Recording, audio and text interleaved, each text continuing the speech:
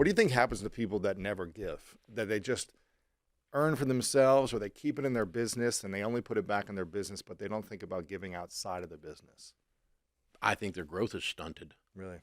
But it to me, again, it falls in the same category as integrity. What happens to someone who cuts corners? Mm-hmm. You can win, you can prosper to a degree, but all the data tells us, and all the life experience tells us, that the people with fanatical levels of integrity are the ones that do the biggest stuff. Right. The crooks really don't get ahead at the end of the day. The people that are selfish, they could get some stuff done, but the people that are selfless, they just have a tendency, because people trust them.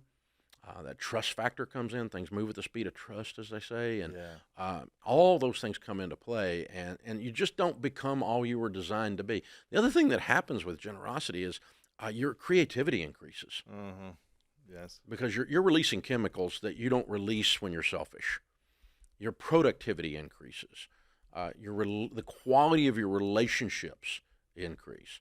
I was speaking at a little Baptist church in Kentucky one time, beautiful little church, and the guy many years ago, and the old pastor had been there for 40 years, and I did a tithing lesson, hardcore, Baptist tithing lesson, which I love. And the guy came up afterwards and he goes, "Well, you left one thing out." "Sure, Pastor. You've been doing this longer than me. What'd I leave out?" He goes, "I've been doing this 40 years. I've never had a tithing couple in my church get a divorce." And I went, "Why?" "Because the tithe is magical?" Because some people think that in Christianity, because I don't think that. He said, "No. Because when you're unselfish with your money, you're unselfish with your wife. And you're unselfish with your husband. And you serve each other in the marriage if you're serving the community with your giving. It's the same muscle." And he goes, you're just easier to stay married to. When you're tithing, when you're giving. When you're giving. When you make giving a standard part of the rhythm of your life, you build that generosity muscle, and it affects every relationship you're in, true. particularly the key relationship in a marriage.